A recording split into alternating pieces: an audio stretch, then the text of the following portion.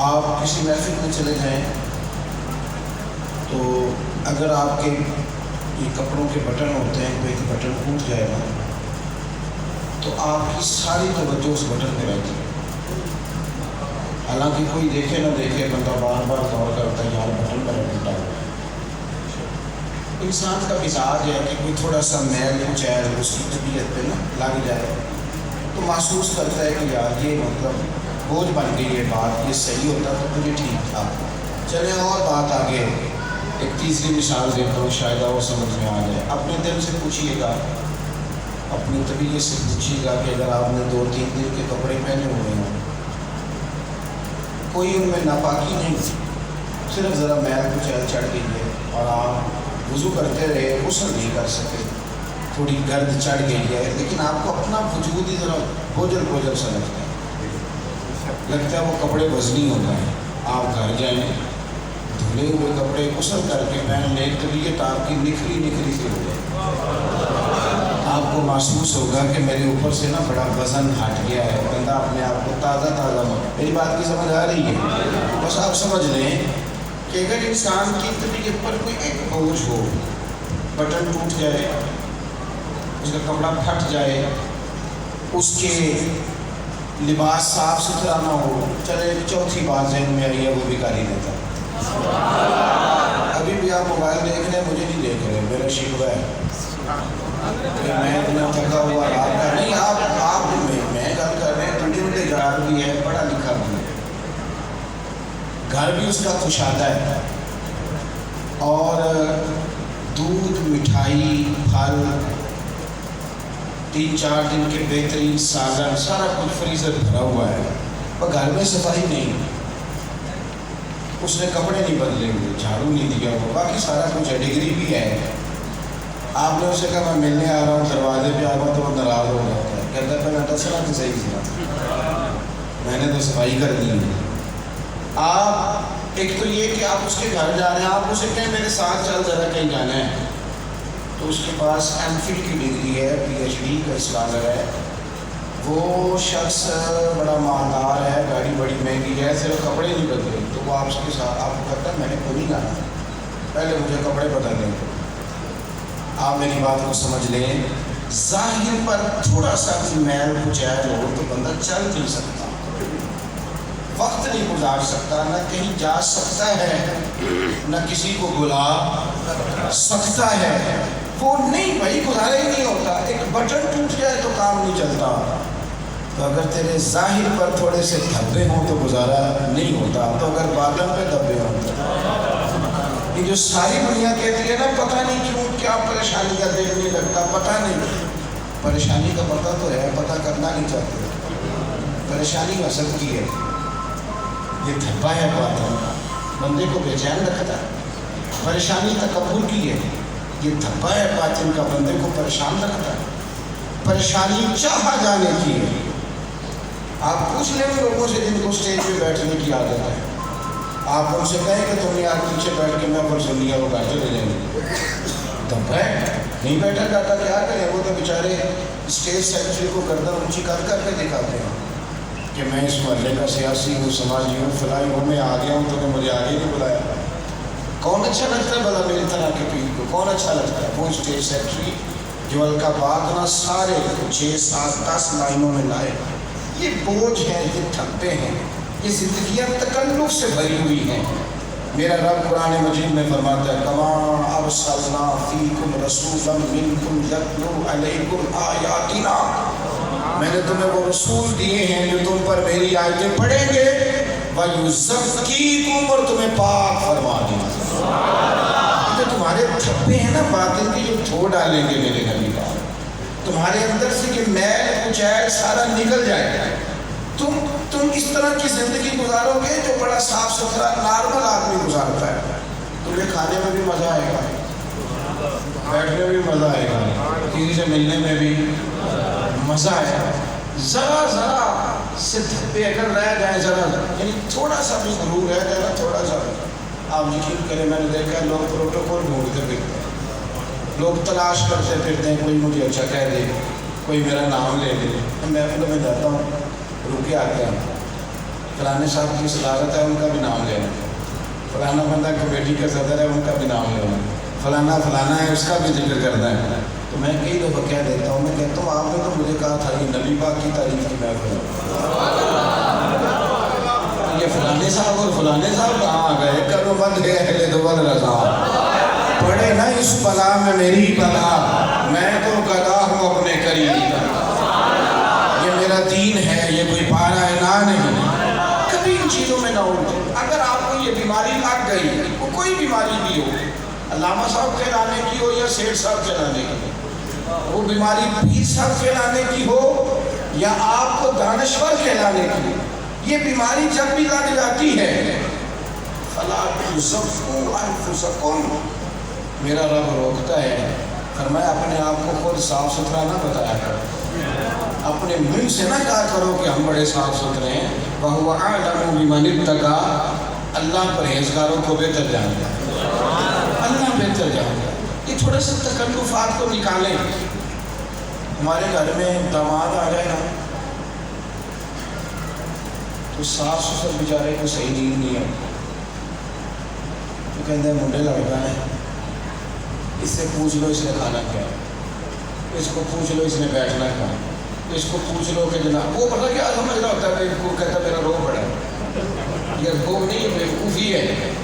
یہ تکلف میں آپ نے ڈال دیا، بوڑھے ماں باپ پریشان ہے بچی، یہ بگڑ جائے گا. چھوٹی چھوٹی باتوں میں بگڑ جاتے ہیں لوگ، ذرا ذرا سی بات پہ. میرے ایک دوست ہیں، ان کی سسر نے مجھے فون کیا، چھوٹی بیٹی کی شادی تھی، بڑا داماد میرے ساتھ خوش نسبت کا رشتہ رکھتا ہے. انہوں نے کہا اس کو سمجھایا، شادی والے دن لڑائی ڈال دی. لڑائی کس بات کی؟ کہ 4 کاریں کرائی ہیں تو مجھے کیوں نہیں کار کی فرنٹ سیٹ پہ بٹھایا؟ اس اب 4-5 داماد ہیں تو 4 کو بٹھا لیا، 5 کا بیٹے ٹوٹے پہ بیٹھ گیا، وہ کہنا میری زندگی کوئی نہیں، چلو چلے جائیں. اس طرح کی بھی لوگ کرتے ہیں. اور سن میرے بھائی، سن ذرا، جن کا حضور نے تزکیہ کر دیا، جن کا نبی پاک نے تزکیہ کر دیا، جن کا رسول کریم نے رنگ بدل دیا، حضرت سلمان فارسی رضی اللہ تعالیٰ عنہ، ایک صوبے کے گورنر ہیں اور باہر کھڑے. میں آپ کو صحیح بتاتا ہوں، اتنا پروٹوکول، اتنی مصیبت، اتنے دھبے، اتنا بڑا مسئلہ. میں ایسے لوگوں کو جانتا ہوں، آپ استقبال کرنے لگا ہے وہ بگڑ جاتے ہیں. تم بغیر پھولوں کے آ گئے. تھوڑے دن پہلے میں یہی لاہور کے ہی ایک کونے میں تھا تو وہ 10-12 گاڑیاں لے کے آ استقبال کرتے. انہوں نے راستے روک دی. میں نے ان سے کہا یار مجھے تو پتہ ہے نا میں کیا ہوں، تو جتنے لوگ یہاں سے گزریں گے وہ کہیں گے لو بھائی نہ وزیر راستے دیتے ہیں نہ پیر راستے دیتے ہیں. کیوں اس تکلف کی ضرورت ہے کیا؟ مسئلہ کیا ہو جائے گا؟ 10-15 منٹ میرا نفس موٹا ہوگا کہ میں بڑی بلا ہوں، دیکھا کتنے لوگ کھڑے ہیں میرے، اس سے زیادہ کیا ہوگا؟ اس سے زیادہ اٹھ نہ بھولے آ چلو اتنے بس گی اتنے بس دے جی سارے گندے. یہ ہمارے بزرگوں کا طریقہ ہے. کہتے ہیں اٹھ نہ بھولے آ، وہ چلنا اتنے بسیے جتنے بس دے جی سارے انے، نہ کوئی تیری ذات پچھانے نہ کوئی تینوں مننے. اس چکر میں پڑھنے کی عادت کیا ہے؟ پھر بندہ نہ سب سے. میں نے دیکھا ہے وہ جج صاحب گھر آ کے میں پھر فیصلے کرتے رہتے ہیں. اماں کی خدمت کی بجائے وہ اماں سے بھی کہتا ہے وہ فیصلے کرا لیں. عادت بن گئی نا جج بننے کی. اسکول ٹیچر گھر آ کے بیوی بچوں سے بھی کہتا ہے کتابیں نکال لو. پیر صاحب کا دل کرتا ہے کہ میں گھر آیا ہوں تو یہ بھی سارے ہاتھ باندھ کے کھڑے ہو گئے. طبیعت بن گئی ہے. حضور نے ہمیں بڑا سادہ، بڑا سونا، بڑا صاف ستھرا، مل جل کے پیار سے، اخوت سے، ایک دوسرے کے حقوق پہچان، دوسرے کو عزت دے کے وقت گزارنے کا سلیقہ بتایا. گورنر ہے جناب سلمان فارسی، اور اپنے صوبے کے باہر جہاں سے لوگ آتے ہیں، ہماری زبان میں لوگ لاری اڈا بھی کہتے ہیں، بس اسٹاپ بھی کہتے ہیں. باہر کھڑے تھے، ایک شخص آ گیا، کسی کا وہ مہمان تھا، جناب سلمان فارسی کو پہچانتا نہیں تھا. کپڑے بھی سادے ہی تھے، مطلب کوئی ایسا تکلف والا لباس بھی نہیں تھا، ذرا سادہ ہی تھا. تو بلا کہنے لگا غلام ادھر آؤ. گورنر کی بات کر رہا ہوں، کونسلر صاحب کی نہیں کر رہا، میں گورنر کی بات کر رہا ہوں. ادھر آئیے. حضرت سلمان فارسی آئے، کہنے لگے یہ میرا سامان اٹھاؤ، چلو میرے ساتھ. غلام ادھر آؤ. آئے چپ کر کے وہ سامان اٹھایا. جناب سلمان فارسی شہر میں داخل ہوئے تو لوگ کہنے لگے امیر آپ یہ کیا کر رہے ہیں؟ وہ شخص کام کیا کہنے لگا آپ کون ہیں؟ فرمایا کوئی جو تم نے کہا ہے. نے کہا نہیں غلام ادھر آؤ، تمہیں غلام ہی تو ہوں مدینے والے معبود کا. ٹھیک ہو گئی نا بات؟ تو کہا جناب آپ دے دیں مجھے سامان. آپ فرمانے لگے نہیں، سلمان کو پتہ ہے سلمان کیا ہے. یہاں تو بھائی شہر میں آ کے پڑھنے والے بھول ہی گئے ہیں کہ کس کی ماں نے کتنا زیور بیچا تھا. لوگ بھول جاتے ہیں، لوگ سمجھتے نہیں. وہ جو خاص ایک مزاج بنا ہے ہماری طبیعت میں چاہا جانے کا، اور وہ طلب جو پیدا ہوئی ہے کہ میں کوئی چیز ہوں، اس نے ہمارے اپنے ہم سے دور کر دیا. یار ہم نے اپنوں سے پروٹوکول مانگنا شروع کر دیا. یار یہ ہوا ہے، آپ یقین کریں عزت بھی اس کو دی جاتی ہے کہ جو شخص امیر ہے. مقام میں نے دیکھا ہے طبیعت لوگوں کی اس طرح کی بن جاتی ہے. اگر بندہ بہت تگڑا کاروبار شروع کر رہا ہے، مکان بنا رہا ہے، پراپرٹی خرید رہا ہے، تو لوگ جا کے پوچھتے ہیں ہمارے لائق کو حکم ہوا تو بتانا ہے. اس کو پوچھتے ہیں حالانکہ اس نے کیا حکم کرنا ہے. وہ تو کروڑ روپے کا کل سامان خرید رہا ہے، تو اگر غریب آدمی مکان شروع کر لے تو اس لیے نہیں پوچھتے کہ اس نے واپس کہاں سے کرنا، یہ لائے گا کہاں سے.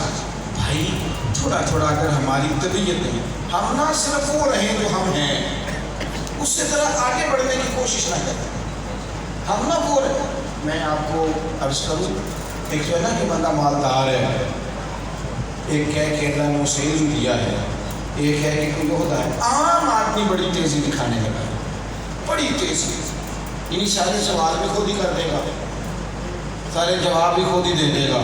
وہ کہے گا کہ میں تو مولوی بھی آ کے فلاں موضوع جمعہ پڑھایا کر. یعنی یوں لگتا ہے کہ یہ نام شیخ الحدیث بھی خود ہی ہے. ساری باتیں خود ہی بتا دیتا ہے، سارے مشورے بھی خود ہی دے دیتا ہے، سارے کام خود ہی، اور بڑی تیزی. بلکہ میں اکثر دوستوں سے کہا کرتا ہوں کہ پہلے تو لوگ شیشے میں اتارتے تھے، آج کل تو شیشی میں بھی اتار لیں. ایسا کرینہ آتا ہے، ایسا کرینہ آتا ہے.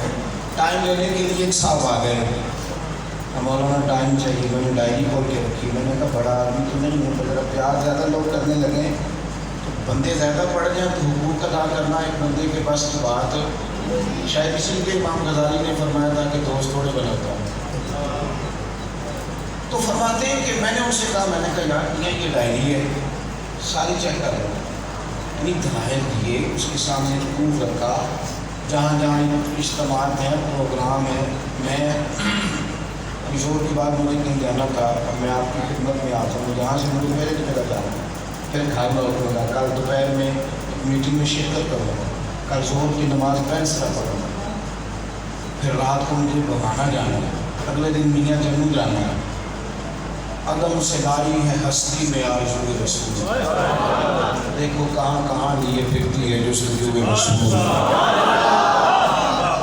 اب صبح کے نکلے ہوئے تھے تو رستے میں بھوک لگ گئی تھی بڑی شدید، بلڈ پریشر لو ہونے لگ گیا تھا. تو کہیں کھڑے ہو کے روٹی کھاتے تو آپ کو آدھا گھنٹہ اور لیٹ کر دیا. تو ہم نے ڈبے میں کہیں سے تھوڑا سا کھانا منگوا کے تو گاڑی میں بیٹھ کے کھایا، چلتی گاڑی میں. یہ ہمارے لنگر کا حال ہے. لیکن اس کے باوجود میں نے سارا کچھ دکھایا. میں نے کہا یار یہ میرا سارا شیڈول ہے، آپ دیکھ لیں. سارا کچھ دیکھنے دکھانے کے بعد تبصرہ کیا کرتا ہے، کہتے ہیں اور یہ سی ماڑے جو ہے، بات ابھی بھی وہیں کھڑی ہے، بات وہیں کھڑی ہے. میں نے کہا یار آپ کو پھر الزام دے گیا ہے، تھوڑا سا اپنے بس نارمل رہے، 2 قدم آگے نہ بڑھنا. اپنی زندگی میں ہم جو ہیں، میرے نا دادا جی 2015 میں ان کا انتقال ہوا. تو 2005 سال کے بعد مجھے کچھ دوست استاد جی، کچھ دوست حضرت صاحب، کچھ دوست فلاں فلاں کہنے لگ گئے. تو دادا جی مجھے آواز دینے لگے، او پترا ادھر آئیں نا.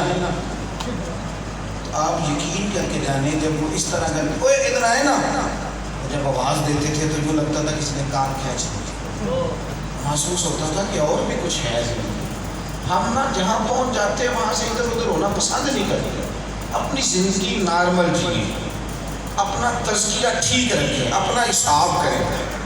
آپ اپنا حضرت عبداللہ ابن سلام رضی اللہ تعالیٰ عنہ حضور کے سیافی ہیں، گھر میں نوکر بھی تھے، بچے بھی تھے، لیکن پھر بھی لکڑیوں کا کٹھا سر پہ رکھا ہوا، ادھر دیکھو میری طرف، لکڑیوں کا کٹھا سر پہ رکھ کے گزر رہے ہیں گلی سے۔ ایک شخص نے کہا حضور غلام کدھر گئے؟